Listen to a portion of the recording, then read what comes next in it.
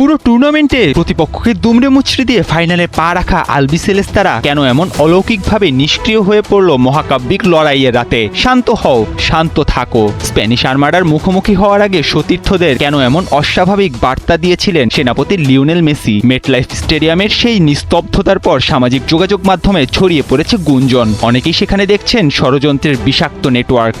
Scaloni কিংবা Mario কেম্পসরা এসব গুঞ্জন উড়িয়ে দিলেও অনলাইনের ডার্ক চ্যাপ্টারে ডালপালা মেরেছে গা শিউরে ওঠার মতো অজস্র কনস্পাইরেসি থিওরি। চক্রান্তের সন্দেহর প্রথম তীরটা ধেয়ে এসেছে ভূ রাজনীতি আর ফিফার গোপন অলিন্দ থেকে। সেমিফাইনালে ফকল্যান্ড দ্বীপপুঞ্জের ব্যানার উঁচিয়ে ধরাতেই নাকি রুষ্ট হয়েছিলেন ক্ষমতাধরেরা। প্রেসিডেন্ট ট্রাম্প, স্প্যানিশ রাজপরিবার আর ইনফান্তিনোর গোপন হস্তক্ষেপেই নাকি ট্রফি ছেড়ে দিতে বাধ্য হন মেসি। 2027 সালের নির্বাচনে ইউরোপীয় ভোট ব্যাংক পাকা করতেই নাকি এই ক্ষমতার হাত বদল। এমনকি ম্যাচের ঠিক আগেই ফিফা নাকি ডোপিং টেস্টের নামে খেলোয়াড়দের মানসিকভাবে চূর্ণবিচূর্ণ করে দেয়। বাদ পড়েনি এএফএ সভাপতি তাপিয়াকে এফবিআই এ গ্রেফতারের ভুয়া খবর কিংবা খেলোয়াড়দের পরিবারকে অদৃশ্য করে দেওয়ার হুমকির গল্প।